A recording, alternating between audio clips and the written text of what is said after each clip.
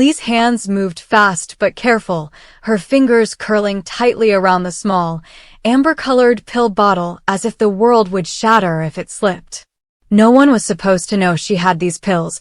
No one was supposed to know there was a patient hidden away in a place she guarded with the same precision she used in surgery. The mystery patient wasn't just some shadow in her life. This was someone who could turn everything upside down if the truth came out. Every visit was a calculated risk, every dose a decision that balanced on the knife's edge between life and death. But she kept going no matter the cost. Somewhere across town, Sheila's senses were tingling, not the usual predator's instinct for power or leverage, but something darker. She had heard whispers, read between the lines of conversations that others dismissed. Luna's so-called accident, her sudden decline, her brush with death, it didn't add up. Sheila had seen death in the eyes of many, had even delivered it herself, and she knew when something didn't fit. This wasn't fate, or bad luck, or a simple twist of life's cruelty. Something was wrong. And Sheila Carter, for all her sins and secrets, was not about to let an unanswered mystery pass her by. It started with her hovering near people who knew Luna, drawing out scraps of detail and casual chatter, watching their eyes flicker when certain questions came up. Then it was slipping into places she shouldn't be, opening drawers, glancing at charts, piecing together fragments no one thought she'd ever find. And as much as Lee despised Sheila, loathed her existence, her history, her presence, she began to feel the tension of an approaching collision. They were on the same scent, both pulled toward the same truth, and Lee knew the day would come when she would have to face her. That day arrived sooner than either of them anticipated. The confrontation was sharp, cutting, filled with the brittle edges of mutual hatred. Sheila cornered her, tossing words like weapons. "I know Luna didn't just collapse. I know there's more. You've got someone tucked away, don't you?" Lee tried to hold the line, keeping her face stone, but Sheila was relentless. And then, when the truth began to flicker in the silence between them, they realized something terrifying. Luna wasn't dead. She had been saved. By circumstances neither could fully explain to outsiders. Her survival wasn't just a miracle, it was a powder keg. Because keeping her alive meant keeping certain facts buried, and both women now had skin in the game. Reluctantly, like two predators forced into the same cage, Lee and Sheila struck an uneasy truce. It wasn't out of trust, there was none, but out of necessity. If Luna's survival became public knowledge, the questions would spiral, the investigation would burn through every lie, and the fallout would land like a hammer on the Spencer, Forrester world. For now, they would protect her, keep her hidden from prying eyes, make sure her recovery stayed in the shadows. But Sheila didn't do anything for free. Her cooperation came with conditions, demands that stretched far beyond Luna. She wanted influence, leverage, doors opened in places she'd been locked out of. And Lee, as much as she hated giving ground, knew she had no choice. The first ripple hit the Spencers almost immediately. Meetings shifted behind closed doors, calls were made late at night. Whispers of strange alliances began circulating. At Forrester Creations, the mood was tense. Designs were being discussed with unusual secrecy, and family members began showing signs of distraction, as if there was an invisible storm building. Bill Spencer caught wind of unusual movements, suspicious financial activity, and conversations that ended abruptly when he entered the room. He didn't like it, not one bit. The more he pushed, the more resistance he met, and the more he realized that whatever was happening wasn't just about business.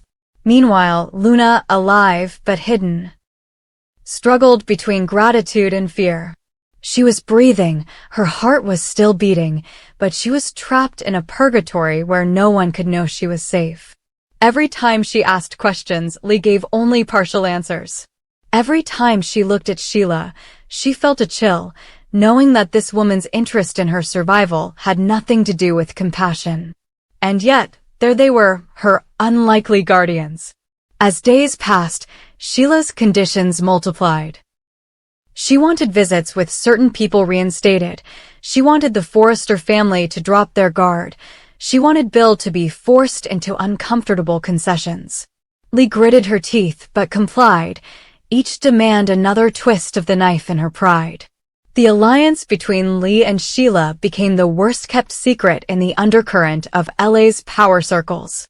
People noticed. Katie Logan whispered her concerns to Brooke, who in turn raised questions with Ridge. Wyatt Spencer overheard enough to suspect that his father's enemies were finding new allies in unexpected places. And slowly, the network of suspicion began to close in. But Lee and Sheila were always one step ahead, using Luna's survival as the ultimate bargaining chip. Neither could afford to lose this game, because losing meant exposure, and exposure meant destruction, not just for them, but for everyone tangled in the chain reaction. Then came the moment when the balance shifted. Someone. No one knew who leaked a fragment of the truth. It wasn't the whole story, just enough to make the press start asking if Luna's death had been exaggerated. Reporters circled like sharks, and the Spencers and Forresters scrambled to manage the narrative. Bill demanded answers from Lee, who sidestepped with icy precision. Ridge confronted Sheila, whose smirk only deepened as she refused to deny anything outright. Each family meeting was a battlefield, with trust splintering and old grudges boiling over. Through it all, Luna remained hidden, caught in the crossfire of decisions made above her head. She began to suspect that her rescue was as much about control as it was about compassion, that every person claiming to protect her was really protecting themselves. The tension between Lee and Sheila hit breaking point more than once, arguments flaring over who had the final say in her care, over which risks were worth taking, over how far they could push their demands before the whole arrangement collapsed. Yet every time it seemed they might turn on each other, the shadow of mutual destruction kept them bound together. By now, the Spencer-Forrester alliance was hanging by threads. Business deals faltered, personal relationships fractured, and every day brought new rumors. Some whispered that Sheila had dirt on Lee so dangerous it could destroy her career. Others believed Lee had something over Sheila that could put her away for good. In truth, they both held each other's futures in their hands, and neither could afford to loosen the grip. The only certainty was that Luna's existence was the fuse, and the explosion was only a matter of time. Sheila's voice cut through the room like a blade, low but loaded with a kind of threat that never needed to be shouted. I'm done playing nice, Lee. You've been hiding her, Luna, and I'm telling you right now, I'm going to make sure everyone knows it. Lee's spine stiffened, but inside, her stomach dropped like a stone. She had been expecting tension, maybe another round of bargaining, but not this. Not Sheila openly threatening to expose the one secret that could ruin everything. You wouldn't, Lee said evenly, but she could already see the cruel gleam in Sheila's eyes. Oh, I would. And when Finn finds out his perfect, upstanding mother has been protecting a murderer, well, let's just say that's one reunion you won't enjoy. The words hit Lee harder than she let show. Finn, her son, her moral compass, the man she raised to believe in right and wrong, would never forgive her if he knew the truth. If he discovered she had hidden Luna, kept her alive after everything Luna had done, it wouldn't just shatter their relationship. It would destroy him. The thought of seeing that look of disappointment and anger in his eyes, of hearing him say he could no longer trust her, was something Lee couldn't bear. Sheila knew exactly where to aim. Lee's mind raced, calculating, dissecting every option. She could threaten Sheila back, but Sheila thrived on confrontation. She could try to reason with her, but reasoning with Sheila was like reasoning with a snake. Every word would just be twisted into another weapon. There was only one way to shut her down completely. And Lee already had it prepared. She stepped back slowly, as if retreating, giving Sheila the impression she was giving up the fight. Sheila's smirk widened. That's what I thought. You can't win against me. While Sheila basked in her supposed victory, Lee's hand slipped into her coat pocket, fingers closing around the small metal cylinder of a loaded syringe. She had prepared it for emergencies, telling herself she might never need it. Now she knew she did. With surgical precision, she closed the distance in a flash, her free hand steadying Sheila's shoulder as the needle pierced the skin of her neck. The shock in Sheila's eyes was brief but unmistakable. First confusion, then outrage, and finally a flicker of fear as the drug began to take hold. She tried to speak, but her voice broke into nothing. Her knees buckled, and Lee caught her just enough to keep the fall quiet. Within seconds, Sheila's eyes rolled back, and she went limp, her breathing slow but steady. Lee wasted no time. She dragged Sheila's body down the hallway, her movements efficient, mechanical, just like moving an unconscious patient during surgery. Except this wasn't about saving her. The old wing of the clinic was rarely visited. Most people didn't even know it still existed. Lee pushed open the heavy door to a narrow, windowless room that had once been used for storage. The air was stale, the only light coming from a small fixture overhead. It was the perfect place for someone to disappear. She laid Sheila down and quickly fastened medical restraints around her wrists and ankles, tight enough that even Sheila's strength and cunning wouldn't free her. When the last strap was secured, Lee stepped back, chest heaving with the adrenaline of what she had just done. She turned the key in the lock, sealing Sheila inside, the darkness swallowing her still form. But there was no relief, not really. The problem hadn't disappeared, it had just been contained.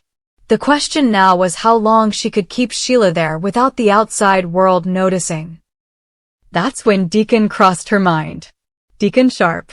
The one man Sheila seemed to have a real connection with, the one person who could see her for all her darkness and still want her in his life. If Sheila went silent for too long, Deacon would notice. And Deacon wasn't someone who sat around waiting, he would start looking. He would call, show up at her door, start asking questions in places Lee didn't want him to. If he pushed too far, he might even come here. And if he found Sheila tied up in a locked room, Lee knew exactly what would happen next. The police, the headlines, the end of her career, her freedom, her life as she knew it. She tried to calm her breathing, to think ahead. She would need to control the narrative. Maybe send messages from Sheila's phone, pretending she had taken off on some impulsive adventure. Maybe even call Deacon and let him hear Sheila's voice in a pre-recorded clip to buy time. But Sheila wasn't stupid. Once she woke up, she'd scream, bang, do whatever it took to make noise. Lee would have to keep her sedated until she figured out a permanent solution. The thought made her stomach churn. How long could she keep this up? How many lies would she have to tell? And if Finn found out, would that be any better than Sheila exposing her? For now, the clinic was quiet. But in that silence, Lee knew the clock was already ticking. Somewhere out there, Deacon was going to realize Sheila was missing. Somewhere out there, the Spencer, Forrester world was moving, unaware that a storm was building in the shadows. And in the locked room down the hall, Sheila Carter, still breathing, still dangerous, was only one awakening away from turning the tables. Lee pressed her hand to the key in her pocket and told herself she could handle it. She had to. Because if she failed, it wouldn't just be Sheila who went down, it would be her. And there would be no one left to protect Luna.